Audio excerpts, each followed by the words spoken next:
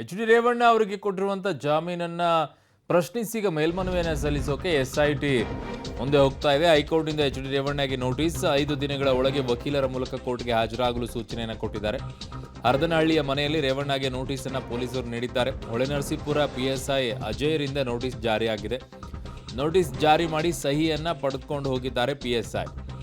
So Revanna ಅವರಿಗೆ ಜಾಮೀನನ್ನ ಏನು ಕೊಟ್ಟಿದ್ದಾರೆ ಅದನ್ನು ಪ್ರಶ್ನಿಸಿ SIT ಮೇಲ್ಮನವಿ ಹೋಗಿತ್ತು. ಸೊ ಹಾಗಾಗಿ ಈಗ ಹೈಕೋರ್ಟ್ ಕಡೆಯಿಂದ ನೋಟಿಸ್ ಜಾರಿಯಾಗಿದೆ. 5 ದಿನಗಳ ಒಳಗೆ ವಕೀಲರ ಮೂಲಕ ಕೋರ್ಟ್ಗೆ ಹಾಜರಾಗೋಕ್ಕೆ ಸೂಚನೆಯನ್ನು ಕೂಡ ನೀಡಿದೆ. ಸೊ ಹರದನಹಳ್ಳಿ ಅವರ ನಿವಾಸ ಏನಿದೆ ಅಲ್ಲಿಗೆ ಹೋಗ್ಬಿಟ್ಟು ರೇವಣ್ಣ ಅವ್ರಿಗೆ ನೋಟಿಸನ್ನು ಕೊಟ್ಟಿದ್ದಾರೆ. ನೋಟಿಸ್ ಜಾರಿ ಮಾಡಿ ಸಹಿ ಪಡ್ಕೊಂಡು ಹೋಗಿದ್ದಾರೆ ಅಲ್ಲಿ PSI.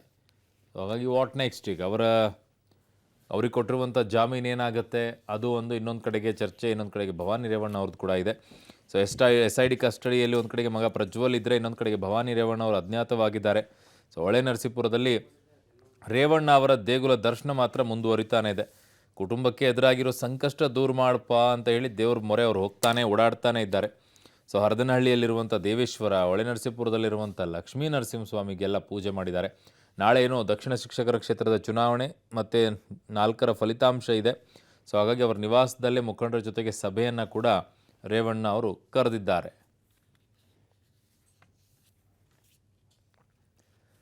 ರೇವಣ್ಣ ಅವರು ಒಂದು ಕಡೆಗೆ ಕಾಪಾಡಪ್ಪ ಅಂತ ದೇವ್ರ ಕಡೆಗೆ ಹೋಗಿದ್ದಾರೆ, ಇನ್ನೊಂದು ಕಡೆಗೆ SIT ಕಸ್ಟಡಿಯಲ್ಲಿ ಮಗ ಪ್ರಜ್ವಲ್ ಇರೋದು, ಮಗದೊಂದು ಕಡೆಗೆ ಭವಾನಿ ರೇವಣ್ಣ ಅವರು ಎಲ್ಲಿದ್ದಾರೆ ಅಂತ ಗೊತ್ತಾಗ್ತಿಲ್ಲ, ಅಜ್ಞಾತವಾಸದಲ್ಲಿ ಅವರಿದ್ದಾರೆ.